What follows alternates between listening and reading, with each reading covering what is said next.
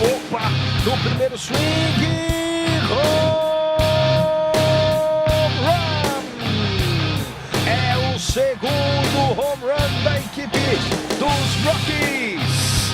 De bolas de 3 do Klay Thompson nos playoffs de 2016, o recorde da história da pós-temporada 98, que gravada sensacional do LeBron James! Voou da lateral do garrafão para uma enterrada fantástica! E aí vem passe longo pra entrada da endzone. Tchaca na buchaca, é touchdown, Shane Vereen! Meu nome é Gabriela Ventura, eu tenho 29 anos, eu trabalho na ESPN desde os 21 e eu sempre tive de alguma forma ligada com as transmissões de esportes americanos, inicialmente com a NFL e com o beisebol, a MLB, e mais recentemente, de uns 2, 3 anos pra cá, com a NBA. Meu nome é José Renato Ambrosio, eu tenho 29 anos, sou repórter da ESPN hoje, mas trabalho já na área no jornalismo desde 2008 e aqui na ESPN especificamente há 8 anos. Meu nome é Paulo Antunes, eu tenho 38 anos, eu estou na profissão desde 2002, estou aqui nos canais ESPN desde 2006, morei 18 anos nos Estados Unidos. Comento os esportes americanos, né, Major League Baseball e a NFL. Basicamente, adquiri todo o meu conhecimento morando lá, crescendo lá. Meu nome é Everaldo Marques, eu tenho 38 anos, sou narrador dos canais ESPN desde 2005. Eu sou Otávio Neto, eu tenho 27 anos, sou narrador dos canais Esporte Interativo. Meu nome é Pedro Pinto, eu tenho 26 anos, sou comentarista também aqui dos canais Esporte Interativo de futebol americano. Meu nome é Cadu Cortez, na verdade é Carlos Eduardo, mas Cadu Cortez acabou virando um nome de guerra. Tenho 36 anos, trabalho já com jornalismo, com rádio, TV, já tem 11, 12 anos aí. E agora estou no Fox Sports, vai fazer 3 anos, e na TV Cultura vai fazer 5 anos já. Olá, eu sou o Thiago Alves, tenho 32 anos, eu sou narrador e comentarista de esportes aqui dos canais Fox Sports.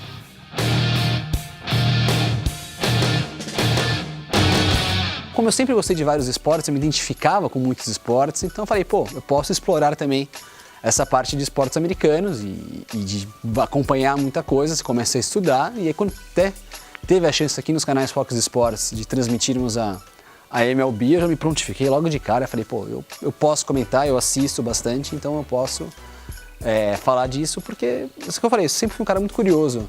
Os esportes americanos surgiram por gostar mesmo, por um gosto pessoal, por falar inglês bem, desde sempre, e por afinidade mesmo, de me dar bem com as pessoas, das oportunidades surgirem, das reportagens, e acabei migrando para isso, e em especial no meu caso, a NBA. Obrigado. Thank you.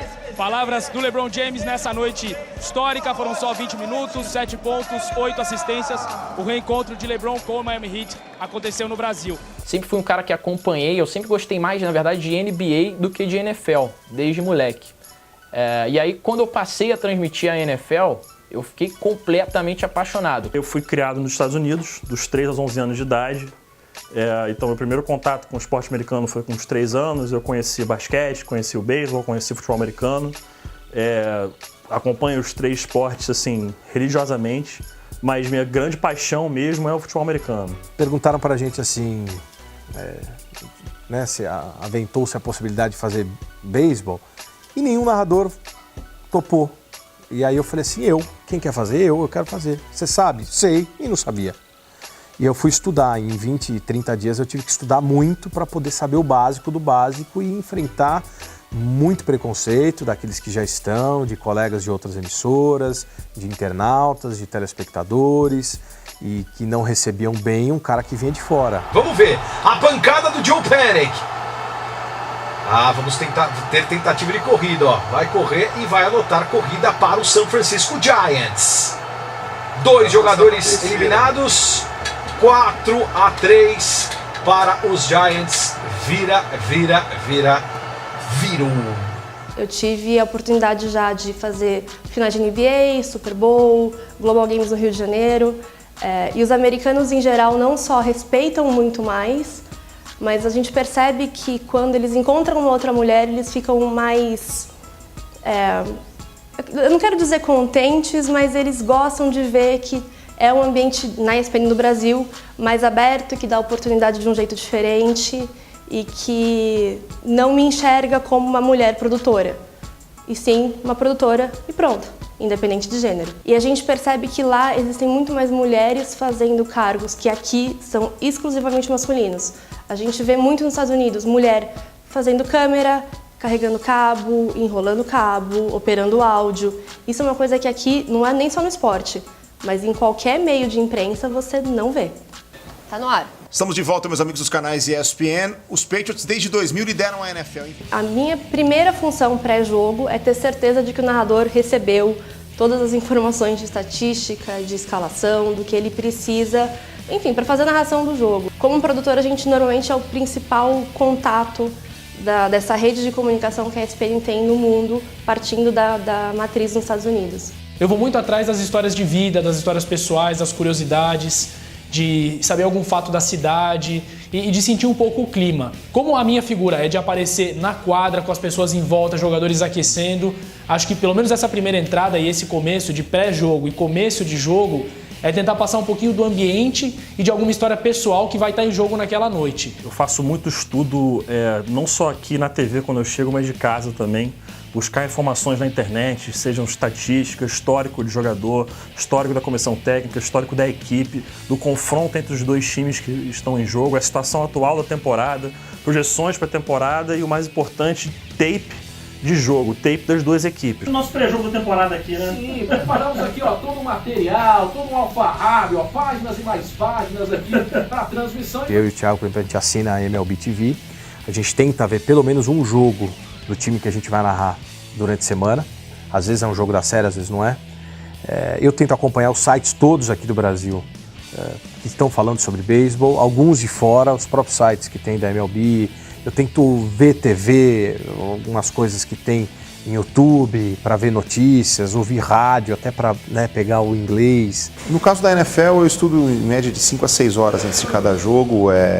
Hoje eu costumo dizer que você só vai para uma transmissão mal informada se você for preguiçoso, porque a internet está aí, com sites, com jornais, com possibilidade de ouvir podcasts específicos dos times.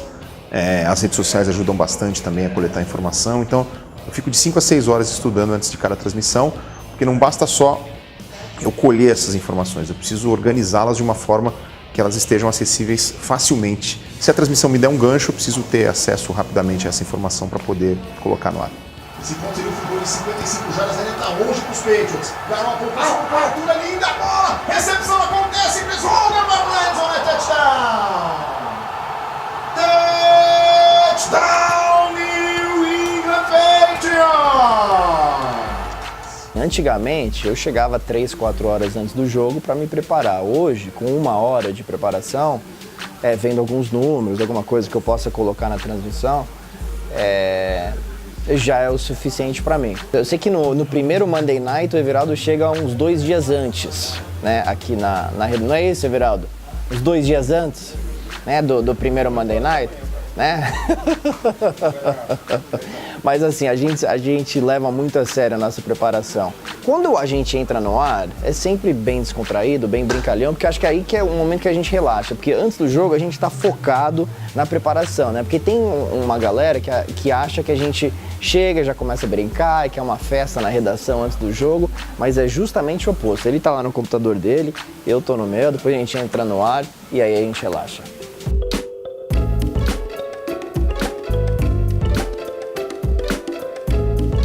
O esporte americano, eles têm essa facilidade de trazer dados que você jamais imaginaria que seria possível de acessá-los, né? Quantas vezes, como esse jogador atua especificamente contra essa equipe no segundo quarto, ou como essa equipe atua em partidas à noite jogadas na segunda-feira. No futebol aqui no Brasil, não existe tanto, ou não existe nada, o hábito de estatística, de ficar de olho em números, de saber média de gols de um cara contra aquele time. E os americanos são muito baseados nisso, na preparação deles para todos os esportes que eles fazem, inclusive para o futebol. Fora isso, existe um chat que os americanos têm de informação em tempo real, de estatísticas em tempo real, conforme o jogo anda. E o Curry acabou de dar um passe para uma enterrada. Quantas vezes ele fez esse jogo? É sempre uma informação que vem em tempo real para a gente via ESPN dos Estados Unidos.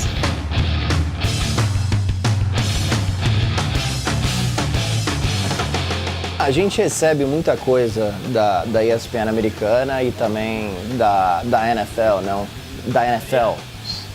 São releases, cada time tem um release e são releases completos. Eu uso cada vez menos essas informações, porque eu já tenho 10 anos de transmissão de jogos, então eu já tenho uma boa base. Aqui você vê o ataque do Cardinals da temporada passada, né? Número 1 na NFL, e primeira vez na história da liga que o time foi líder da NFL em jardas, e 30,6 pontos por jogo, segunda melhor marca da NFL. Aliás, o Bruce Arians, né? Não, é preciso entender só a modalidade. Por exemplo, o futebol americano tem jogadas que duram 4, 5 segundos e depois 40 segundos de nada até o próximo lance. A TV americana se vira muito bem produzindo para tapar esse buraco com replays, com gráficos, com análises e tal. E você precisa entender que você precisa ter informação para preencher esse intervalo. Miga sua louca, onde é que você vai com essa bola, Will Davis? Touchdown, Kansas City! Um cuidado que a gente acaba tendo nessas transmissões todas com o narrador sendo não técnico demais, para não afastar o cara que não conhece, mas ele também não pode ficar explicando muito a partida, porque o cara que já conhece vai encher o saco, vai mudar para o SAP, vai tirar do canal, enfim, vai procurar alguma outra coisa para fazer. Então também tem um meio termo, principalmente com esses esportes que são um pouquinho mais difíceis, o beisebol, o futebol americano, de explicar, mas sem tratar o cara como uma criancinha, né? Tem que saber um meio termo de trazer uma informação, contextualizando de um jeito que todo mundo entenda, sem irritar o cara que já está num nível muito mais avançado com o esporte. Desde que a gente começou, a gente sempre foi instruído a falar com um cara que não entende absolutamente nada do futebol americano, né? Então, coisa que a gente falava em 2006, a gente ainda fala hoje, né? Muita coisa básica, explicando regras, explicando faltas e tudo mais. Mas, de novo, tem o cara que está nos acompanhando há 10 anos, ele não quer saber disso, que ele já está muito mais avançado, né? Então precisa ter um lado também que a gente explique detalhes, coisas novas, alguma coisinha que de repente o cara não conseguiu ver ao vivo, né? Algum replay interessante para o cara se interessar cada vez mais. Quando a gente começou em 2012, o nosso foco era mesmo ensinar as pessoas o que era o esporte, né? Para as pessoas, para a gente poder criar ali a nossa fanbase, criar ali as pessoas que estariam fidelizadas com os canais de esporte interativo e passariam a assistir a NFL junto com a gente, porque até então o público que a gente atingia era um público que não conhecia a NFL a fundo, não conhecia as regras do jogo, então era uma galera que estava tendo um primeiro contato com o jogo. Arizona Cardinals com Fitzgerald, sensacional! Tacleado na linha de 4 jardas! No ar acaba sendo uma mesma linguagem, só que eu faço uso tranquilamente, sem erro nenhum e sem medo nenhum de pedir uma licença, muitas vezes, para aqueles que estão acostumados. Então, você que já conhece os times, você que já sabe as regras, tenha calma, porque um dia você também não soube. Um dia você está sendo exatamente igual ao cara. Então, se você acha que está falando bobagem, está perguntando uma coisa que, nossa, como o cara é burro, não entende, como o narrador é burro, ou como entende. Cara, você um dia não nasceu sabendo. Faça a sua pergunta aí pela hashtag MLB no Fox Sports, que nós sempre fazemos uma transmissão aqui, tutorial, sempre pedindo essa licença aí àqueles que já acompanham há um certo tempo o beisebol, mas é fundamental para que novos amantes possam entender a dinâmica da partida, como é que funciona. Na Fox, a orientação a transmissão é para iniciantes. Então, quase todos os jogos a gente explica as regras básicas do beisebol. Não vou falar que é 100%, porque pode ser que tenha um jogo ou outro que está muito nervoso, muito tenso, não dê. A nossa intenção é trazer cada vez mais esse público e fazer com que ele se apaixone pelo esporte de uma forma meio que educativa mesmo. A gente educa o cara, ensina ele para ele criar o gosto pelo beisebol. Quando a bola bate na parte de cima do muro e volta, qual parte de cima? Depende. Se for acima da linha amarela, que tem uma linha, aí é home run, tem um limite ali. Então a gente tenta partir um pouco mais para a linha didática. Então a gente responde quase todos os jogos as perguntas básicas de como que é a eliminação, o que é essa corrida, o que é aquele placarzinho lá, aquele númerozinho, o que são aquelas bases preenchidas. Então a gente tem uma vertente muito mais explicativa do que uma vertente muito mais especializada. run, Shin-Soo-Choo. Senhores passageiros, apertem os cintos, é o terceiro home run de Shin-Soo-Choo nessa temporada. A gente monta matérias para rodar no intervalo de um jogo de futebol inglês no final de semana. A gente não pode fazer essa matéria com o mesmo linguajar que a gente faz uma pro The Book. Muito boa noite, estamos começando mais uma edição do The Books on the Table. Aqui no The Book você tem voz, a torcida também opina. Fala galera, fala pro esporte. A gente tem que explicar de uma outra forma e para esse público a gente vende não um jogo, mas um espetáculo de entretenimento, digamos assim. Tem que mostrar como aquilo vai ser divertido de ver e não como, olha, esse cara tem 75 assistências por jogo, ele é bom. Isso para um cara que não acompanha não é muita referência. Não, eu acho que o jornalismo e o entretenimento tem que caminhar juntos, mas nunca a brincadeira, a descontração, a piada vai estar na frente do jogo. O que acontece no jogo é sempre mais importante, a gente está sempre focado nisso e deixa para fazer a piada, para fazer a brincadeira, no momento em que o jogo permita. As anteninhas de vinil detectaram a presença do inimigo e ele conectou com o Roman Awanai. Quem? Roman Awanai. Não é isso? É o quê? Roman Awanui. E o que foi que eu disse? Roman Awanai. Como é que é? Roman Awanui. E o que eu disse? Roman Awanai. O jogo é sempre mais importante.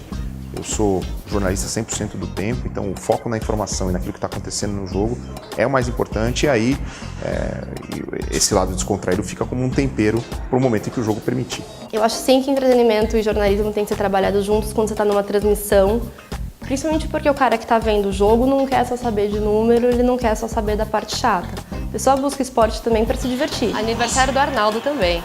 Hoje é aniversário do Arnaldo Ribeiro. Chefe, beijo pra você, parabéns, se na saúde, tá? Marcela Rafael também, outra. Verdade. O pessoal gosta muito desse jeito descontraído de ser, e eu acho que assim, é legal ver o jogo, é legal estar na intensidade do jogo, mas se o cara consegue sorrir, dar risada, até o cara que não tá entendendo nada, se ele tá dando risada, curtindo uma transmissão, ele não vai mudar de canal, né? Você não pode fazer um jornal esportivo da mesma maneira que você faz um jornal de economia. Tem sim que caminhar junto, mas também tem que ter muito cuidado na hora de dosar até onde pode ir a tua piada, até onde pode ir o seu entretenimento, justamente para não deixar de lado o jogo que tá rolando. Um dos papéis da produção, com alguma frequência, é entrar no ouvido do narrador ou do comentarista durante o jogo e falar, olha, o jogo tá rolando, para de papo.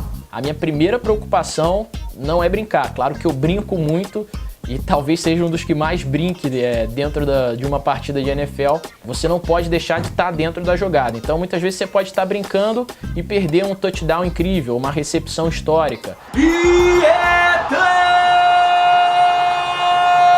touchdown New York Giants! Oh my God!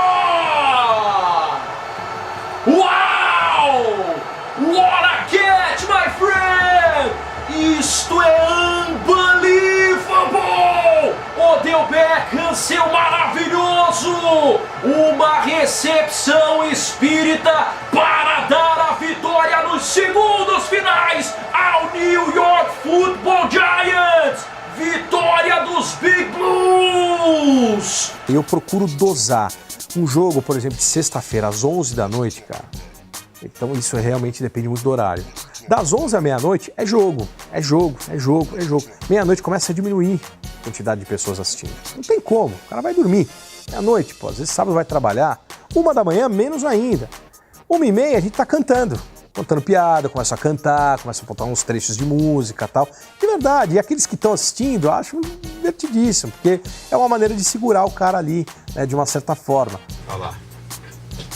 Se vê que vai engolir esse palito, meu amigo, vai parado sem onda. Esse daí é característico dele. Se você pegar, palito mesmo, né? Quantos palitos devem ir pro jogo? Uns 10 palitos. Ou não, depende do jogador. Um olhadinho, que nojo.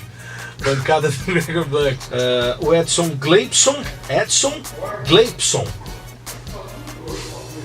Acho que é isso aí mesmo. Será que é certo? Acho que é o Edson Gleipson. Beleza, Edson. Eu, sinceramente, nunca tentei criar nenhum bordão, nunca pensei nisso. Acho que aconteceu naturalmente, com Temos um Jogo, com Hello Bola. né? Aí o pessoal começou a gostar, começou a comentar, né, no Twitter, agora é quase uma obrigação, né? A gente falar isso daí durante a transmissão. Às vezes é algo que a gente está conversando antes da transmissão, que vira uma brincadeira e que no ar acaba se desenhando. Coisas de Ao Infinito e Além, por exemplo, que é de Toy Story, né? Que é do Buzz Lightyear. Quando o cara chuta lá um field goal muito longo, eu falo Ao Infinito e Além. Tem o Funbelievable também, que surgiu na hora, não sei porquê.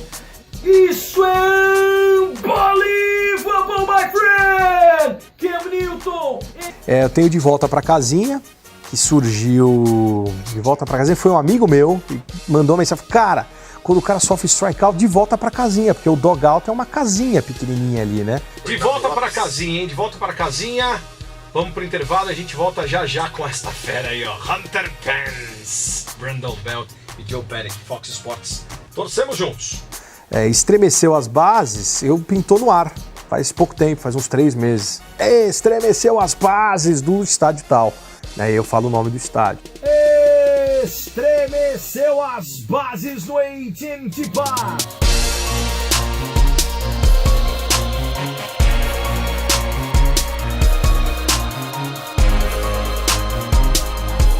Eu acho que o crescimento dos esportes americanos no Brasil, ele é 100% ligado com as transmissões no Brasil. Exemplos disso, nosso contrato de NFL sempre com mais jogos a cada contrato que renova.